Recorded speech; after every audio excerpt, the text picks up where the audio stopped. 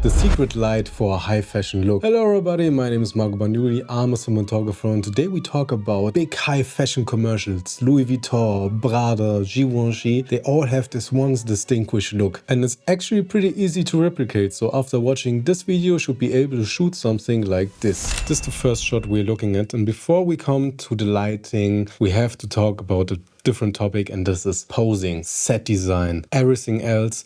This is what makes this fashion videos cool like they are. So we have this swimming pool like surface on the ground. Everything has just a small water level so that some parts of her are above the water and some parts are under the water. And when you're working in the fashion industry, you have to get a specific taste and feeling for textures, posing and everything, because your whole shoot always should feel like the brand. So there's distinguished rules and feelings that you have to create to be in that bubble, that everyone knows, okay, this guy knows ball. What they've done here is a nice color palette. We have typically blue and orange. So we are in this orange type area. Also the bag and the clothes, which are most of the time the main focus, but they aren't. So it's not 2008 or 2006. The product is not the most important thing in a commercial. You're going more for the feeling, the vibe. How should the person that looks this commercial, how should they feel?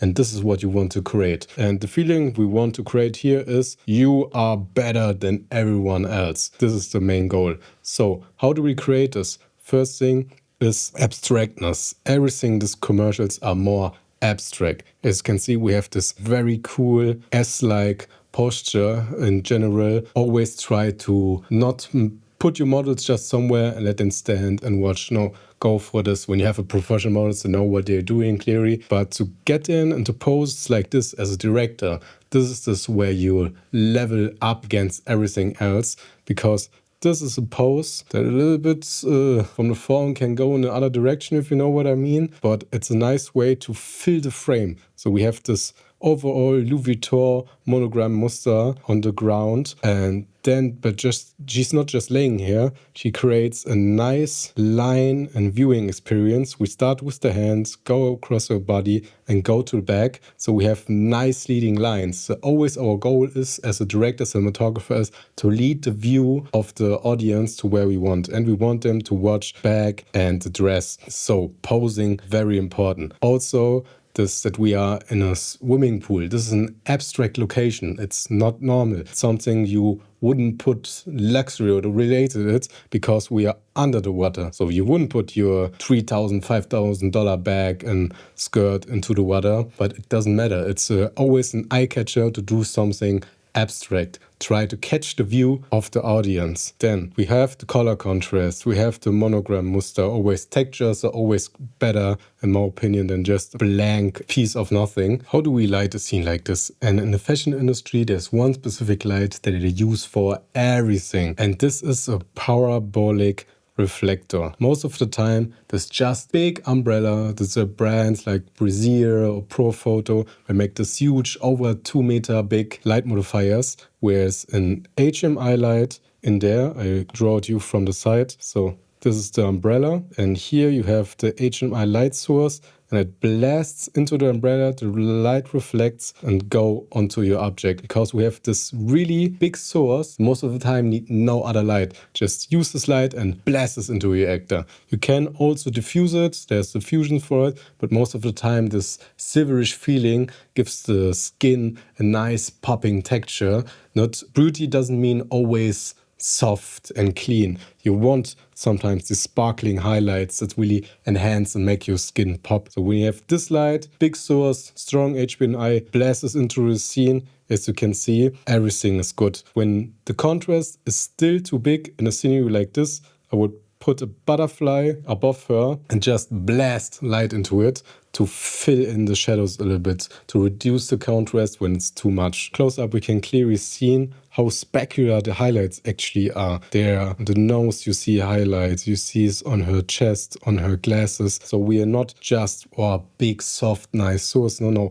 We want that high popping feeling. Also, the skin tones are clearly above the IRE most people or false color would recommend, because everything should feel bright, expensive, like diamonds. We have the diamonds in the glass and the person, and the feeling overall should also feel like high expensive diamonds. And this is what the brazier or this parabolic umbrella really delivers. Here in the super macro, you can even see it better. We have this very blue eyes. It's really good color match for our Louis Vuitton monogram master on the ground. And look at these highlights.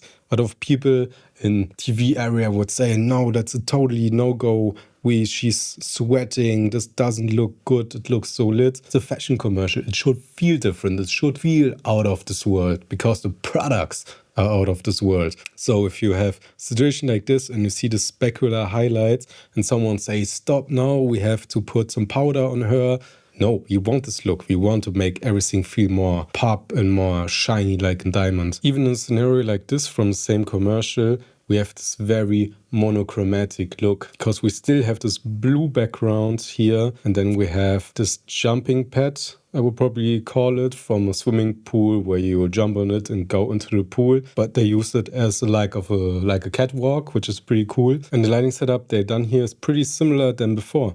The only other thing is we have a ground exposure on the background. So we have this purely blue background, but they put a big light on the background. You can use something like an aperture spot mount to control it a little better and get a little bit of texture into the background, which is a bit brighter than the rest. Always when you have the feeling the shot feels flat, boring, the background's not interesting, just put a little light shaft in the background. It creates texture, more layers. It will always look good. But even the light here is probably just the big umbrella light.